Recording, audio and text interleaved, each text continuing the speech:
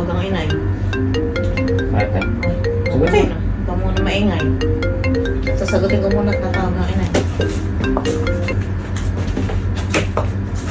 Hello, inay po. Kamusta po kayo?